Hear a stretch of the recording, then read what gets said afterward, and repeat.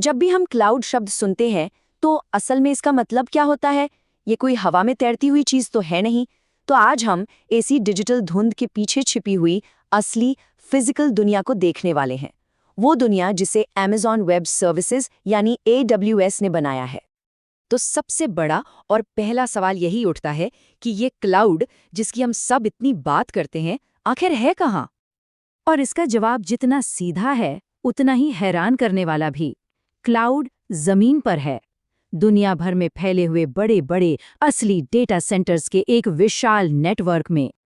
तो चलिए आज इस पूरे सिस्टम को परत दर परत समझते हैं।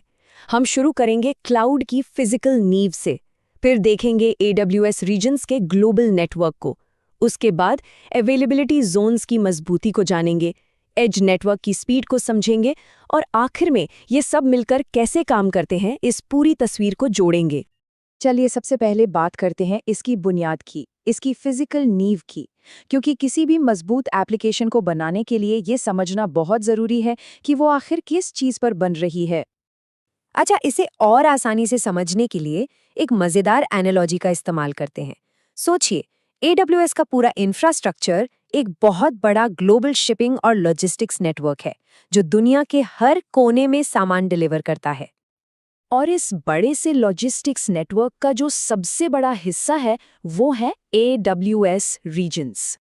तो एक AWS रीजन दुनिया का एक खास ज्योग्राफिकल एरिया होता है, जैसे मान लीजिए मुंबई या नॉर्थ वर्जीनिया, जहां AWS ने अपने कई डेटा सेंटर्स का एक ग्रुप बनाया होता है। और सबसे खास बात यह है कि हर रीजन दूसरे से पूरी तरह आइसोलेटेड होता है, यानी अलग थलग। इसका फायदा यह है कि अगर एक रीजन में कोई बड़ी गड़बड़ हो भी जाए तो उसका असर दूसरे रीजन्स पर बिल्कुल नहीं पड़ता। और जरा इसका स्केल देखिए, पूरी दुनिया में AWS के 39 से भी ज्यादा रीजन्स या तो चल रहे हैं या बनने वाले हैं, और ये नंबर हर साल बढ़ता ही जा रहा है। ये सिर्फ गिनती नहीं है, ये दुनिया भर के बिजनेस के लिए मौके हैं। अब सवाल ये है कि सही रीजन चुनना इतना जरूरी क्यों है? देखिए, इसके 3 बड़े कारण हैं। पहला, यूजर से दूरी। अगर यूरोप में कोई अपनी पसंदीदा सीरीज देख रहा है तो वो चाहेगा कि वीडियो यूरोप के ही किसी सर्वर से आए, ना कि अमेरिका से। इससे स्पीड अच्छी मिलती है। दूसरा कारण है डेटा के नियम कानून। और तीसरा ये कि कुछ खास AWS सर्विसेज कुछ खास रीजन्स में ही मिलती हैं। और ये स्लाइड देखिए, ये AWS के ग्लोबल विस्तार की कहानी बताती है। 2006 में अमेरिका में पहले रीजन से शुरू होकर केप टाउन और अब मलेशिया तक। AWS का मकसद साफ है, एक ऐसा क्लाउड बनाना जो सच में हर किसी के हर जगह काम आए। तो ये तो हुई रीजन्स की बात। अब जरा और गहराई में चलते हैं और उस चीज को समझते हैं जो एप्लीकेशंस को हमेशा चलाए रखने का दम रखती है, अवेलेबिलिटी जोन्स, या जिन्हें हम शॉर्ट में AZs कहते हैं। एक AZ को आप एक आत्मनिर्भर किले की तरह समझ सकते हैं। ये एक या एक से ज्यादा डेटा सेंटर्स का एक ऐसा ग्रुप है जिसकी अपनी खुद की बिजली की सप्लाई है, अपनी नेटवर्किंग है, अपनी कूलिंग है, सब कुछ बिल्कुल अलग। और दुनिया भर में ऐसे 123 से भी ज्यादा अवेलेबिलिटी जोन्स हैं। यही वो मजबूत रीढ़ की हड्डी हैं जिस पर AWS का पूरा भरोसेमंद इंफ्रास्ट्रक्चर खड़ा है और जिस पर दुनिया की बड़ी बड़ी एप्लीकेशंस चलती हैं। अब देखिए, यहीं पर AWS का असली जादू सामने आता है। पुराने जमाने में क्या होता था? एक डेटा सेंटर, और अगर वो बंद हो गया तो आपकी वेबसाइट या ऐप भी बंद। लेकिन AWS के साथ हर रीजन में कम से कम 3 AZs होते हैं। इसका मतलब है, अगर किसी एक AZ में कोई प्रॉब्लम आ भी गई, मान लीजिए बिजली चली गई, तो आपकी एप्लीकेशन बिना रुके, बिना किसी को पता चले दूसरे AZs से चलती रहती है।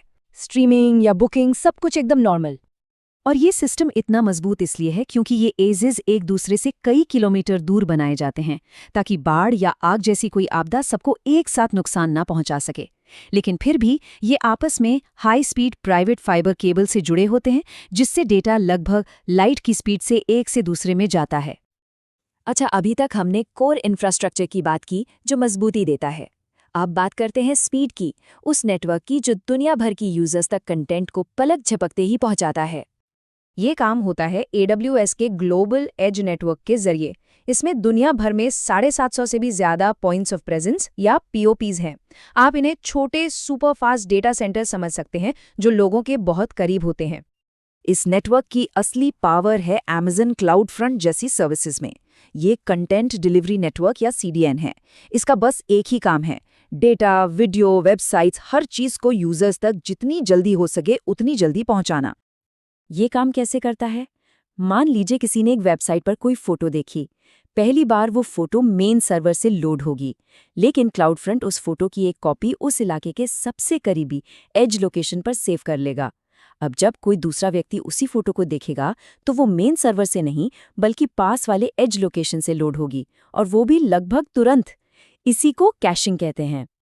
वैसे क्लाउडफ्रंट के अलावा ये edge network AWS global accelerator जैसी सर्विसेज को भी पावर देता है, जो ऑनलाइन गेमिंग के लिए बेस्ट रूट ढूंढता है, और Amazon रूट 53 जो वेबसाइट के एड्रेस को सही सर्वर तक पहुंचाने का काम करता है।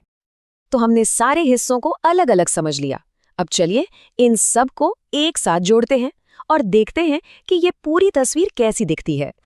अपनी शिपिंग वाली एनालॉजी पर वापस आते हैं। सोचिए, AWS रीजन देश का एक मेन डिस्ट्रीब्यूशन हब है जो डेटा को लोकल कानूनों के हिसाब से रखता है। अवेलेबिलिटी जोन उस शहर के अंदर कई गोदामों की तरह है। अगर एक में कुछ गड़बड़ हो तो दूसरे से सप्लाई चालू रहती है। और एज लोकेशन वो है आपका लोकल कुरियर डिपो जो आपके घर तक सबसे तेज डिलीवरी करता है। तो आखिर में सवाल यही है, जब हमारे यूजर्स पूरी दुनिया में फैले हैं तो क्या हमारी एप्लीकेशंस उनके लिए तैयार हैं? क्लाउड की इस फिजिकल बनावट को समझना सिर्फ एक टेक्निकल बात नहीं है, ये दुनिया भर के लोगों के लिए मजबूत, तेज और भरोसेमंद एप्लीकेशंस बनाने का असली मंत्र है।